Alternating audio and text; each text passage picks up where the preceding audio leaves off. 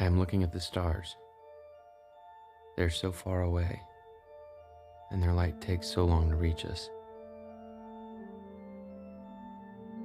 All we ever see of stars are their old photographs. It is July 1959, and I am in love.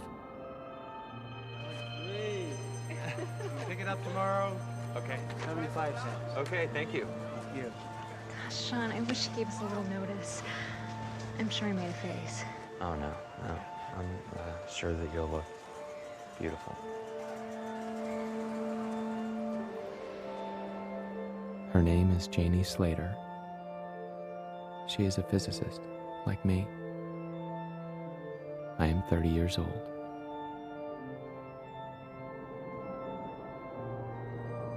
We were introduced by a good friend of mine from college, Wally Weaver. It is February 12th, 1981. Wally dies of cancer, of which they now say I am the cause.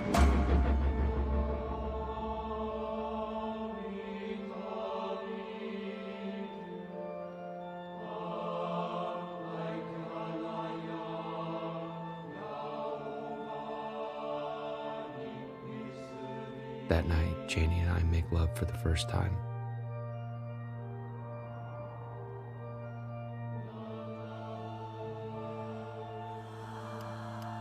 A month from now, the accident awaits me. Good, healthy appetite. Oh, I'll catch up with you guys. I think I left my watch inside. Hey, let's just wait a second. I cross the room to the intrinsic field center. I find my watch.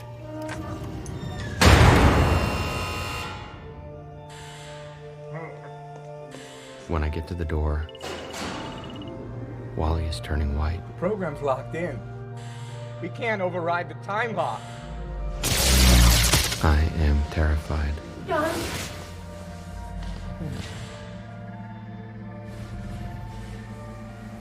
I'm sorry, John. But I can't. Hey, don't leave me! Don't leave me!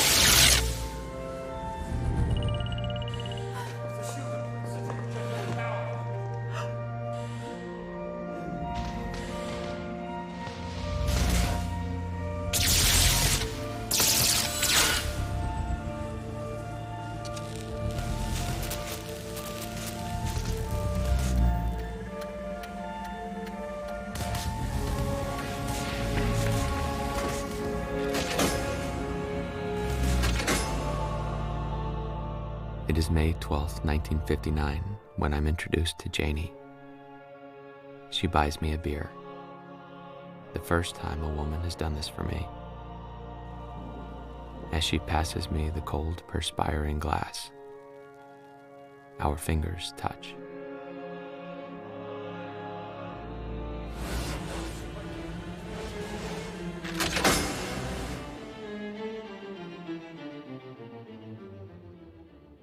Yes, John.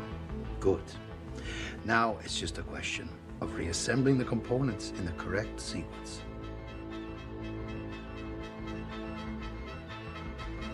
I feel fear for the last time.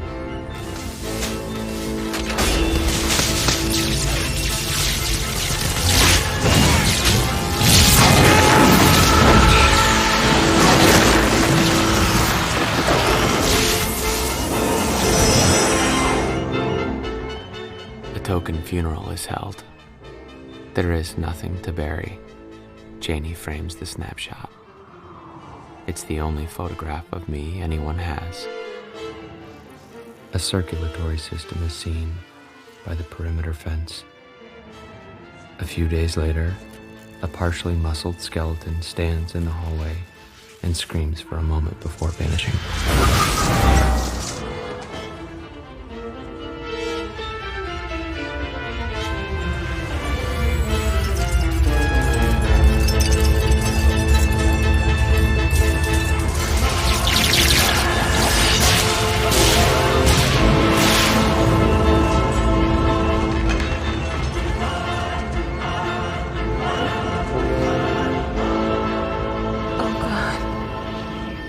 Jean?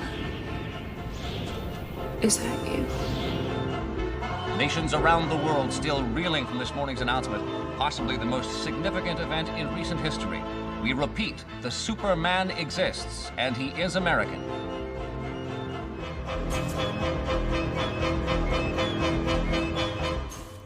They call me Dr. Manhattan.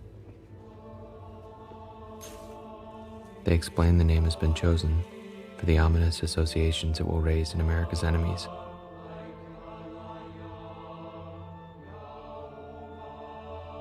The marketing boys say I need a logo.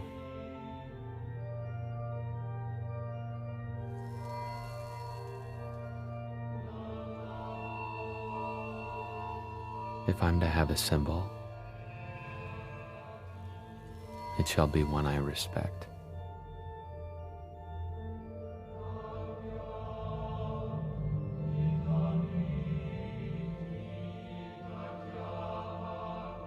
They are shaping me into something gaudy, something lethal.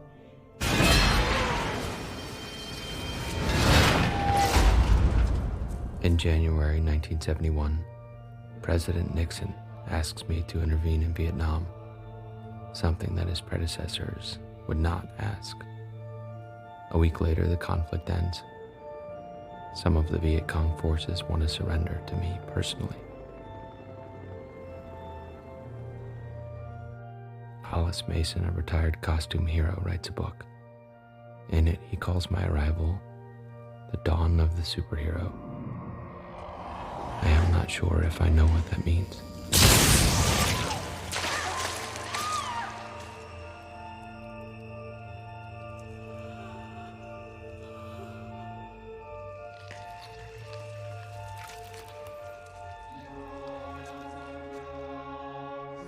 You see, at the time, I was misquoted. I never said the Superman exists and he is American. What I said was, God exists and he is American.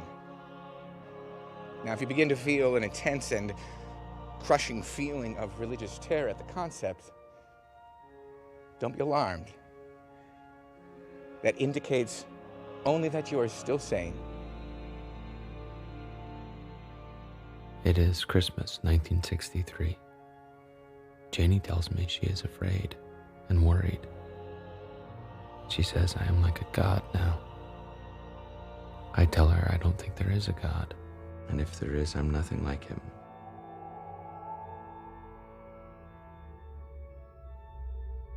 I tell her I still want her, and that I always will. As I lie to her, it is September 4th, 1970. I am in a room full of people wearing disguises. A very young girl looks at me and smiles. She's beautiful. After each long kiss, she plants a smaller, gentler one upon my lips, like a signature. Janie accuses me of chasing jailbait. She bursts into angry tears, asking if it's because she's getting older. It's true. She's aging more noticeably every day.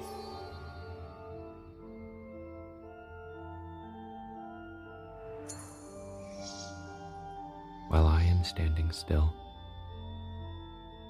I prefer the stillness here. I am tired of Earth, these people. I'm tired of being caught in the tangle of their lives.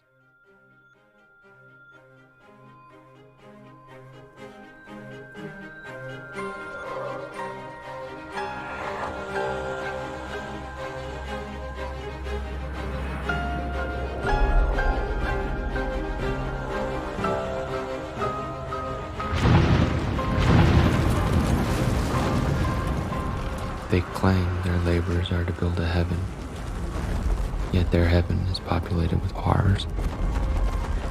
Perhaps the world is not made. Perhaps nothing is made. A clock without a craftsman. It's too late. Always has been. Always will be. Too late.